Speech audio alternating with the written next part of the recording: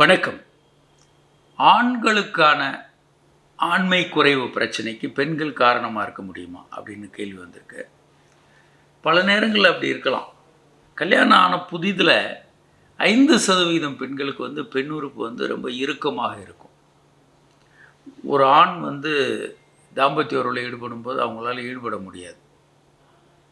ஆணுக்கு பயத்தினால தனக்கு தான் குறைபாடு அப்படின்னு சொல்லி அவருக்கும் கொஞ்சம் விரைப்புத்தன்மை குறையலாம். பல குழப்பங்கள், சுய இன்பம்னா தப்பு, இது தப்பு, அது தப்புன்னு ரொம்ப ஒரு குற்ற உணர்வோடு இருக்கிற ஆண்கள், பயத்தோடு இருக்கிற ஆண்களுக்கு சக்ஸஸ் ஆகலைன்னு பதட்டத்தில் அவங்களுக்கும் பிரச்சனை ஆரம்பிச்சிடும். ஸோ ஆண்களுக்கும் ஆண்மை குறைவு கொஞ்சம் வந்துடும். பெண்ணுக்கு விரைப்புத்தன்மை குறைபாடு, பெண்ணுக்கு பெண் உறுப்பு இறுக்கமாக இருக்கிறதுனால இந்த 2 பிரச்சனையும் சேர்ந்து அன்கன்சூமேட்டட் மேரேஜ், திருமணமாயும் உறவுக்குள்ளே இயலாத நிலை அப்படின்னு வந்துடும். இந்த நிலையில் இருக்கிறவர்களுக்கு எப்படி சரி செய்கிறது? 2 பேரும் சேர்ந்து சிகிச்சை எடுக்கணும். சில பயிற்சிகள் இருக்குது. அந்த பயிற்சியில் அவங்க நல்லா பண்ணாங்கன்னா ஒரு வாரத்தில் கூட இதை சரி பண்ண முடியும். 1.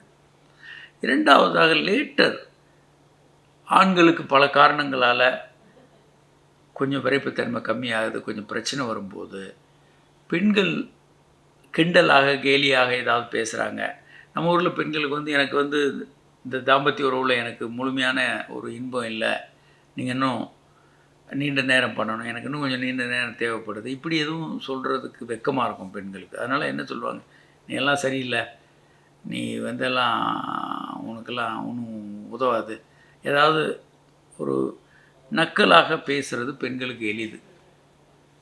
அது அவங்க வேணும்னே கணவனை காயப்படுத்துகிறோன்னு பேசுறதில்ல, இந்த பிரச்சனையை வெளிப்படுத்தும் விதம் அப்படி ஆயிரும். ஏன்னா வாழ்நாள் ஃபுல்லாக அவங்களுக்கு செக்ஸை எப்படி பேசணும்னு நம்ம யாரும் சொல்லிக் கொடுத்ததில்லை. ஆண்களுக்கும் சொல்லிக் கொடுக்குறதில்ல, பெண்களுக்கும் சொல்லிக் கொடுக்குறதில்ல. அப்போ ஒரு குறைபாட்டை அவங்க வெளிப்படுத்தும் விதம் தவறாக இருந்ததுன்னா ஆண்களுக்கு அது மிகப்பெரிய ஒரு இடியாக, நீலாம் என்ன ஆம்பளை அப்படின்னு சொன்னாங்கன்னா, அது விளையாட்டாக சொன்னால் கூட ஆண்களுக்கு அது கடுமையான மன உளைச்சல் உண்டாக்கிறோம். அன்றைக்கி இருந்து அவருக்கு ஆணுறுப்பு, அதுக்கப்புறம் ஆண்மை குறைவு முழுமையான பிரச்சனை ஆகிடும். அது மாதிரி உறுப்பு சில நேரம் சின்ன விளையாட்டுக்காகவோ உண்மையாகவோ ஒன்று சின்னதாக இருக்குதுன்னு சொல்லிட்டாங்கன்னா ஆண்களுக்கு ஷேட்டர்ட், அவங்க மிகப்பெரிய மன உளைச்சலுக்கு உள்ளாயிடுவாங்க. அதனால் பெண்களுடைய வார்த்தைகள் வாழ விட வலிமையானது, கடுமையான பாதிப்புகளை ஆண்களிடையே ஏற்படுத்தலாம். அதே மாதிரி சில நேரங்களில் ஆண்கள் ஒரு மசாஜ் பார்லர், விலை மாதட்டெல்லாம் போகும்போது அவங்க கிண்டலாக ஏதாவது பேசிடுவாங்க, நீலாம் என்னையா அப்படின்னு. அது கடுமையான பாதிப்பை ஏற்படுத்தும். சில நேரங்களில் மருத்துவர்கள் கூட, போலி மருத்துவர்கள் பர்டிகுலராக அந்த மாதிரி பண்ணிடுவாங்க. டாக்டர் பார்த்தீங்கன்னா ஆணுறுப்பு சின்னதாக இருக்குலாம் கமெண்ட் எதுவும் டாக்டர்களும் பெண்களும் கமெண்ட் பண்ணால் ஆண்கள் கடுமையாக மன உளைச்சலுக்கு உள்ளாயிடுவாங்க. அதனால் முற்றிலுமாக இதை தவிர்க்க வேண்டும்.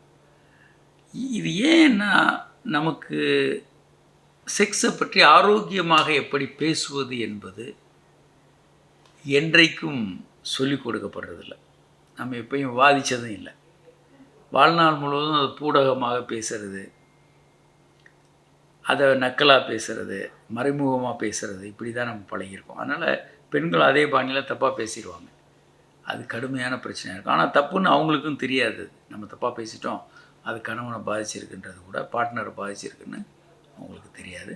அதனால் பெண்கள் சில நேரங்களில் பிரச்சனையை அதிகமாக்குறதுல முக்கியமான பங்கு இருக்கும். அதை அந்த சமுதாயம் பாலியல் பற்றி, மற்ற பிரச்சனைகளை பற்றி பேசுகிறது மாதிரி பாலியல் பற்றிய ஒரு ஆரோக்கியமான கலந்துரையாடல், பேசுவது, தன்னுடைய எண்ணங்களை தெரிவிப்பது கற்றுக்கொள்ள வேண்டும். அதுதான் இதுக்கான தீர்வு. வணக்கம்.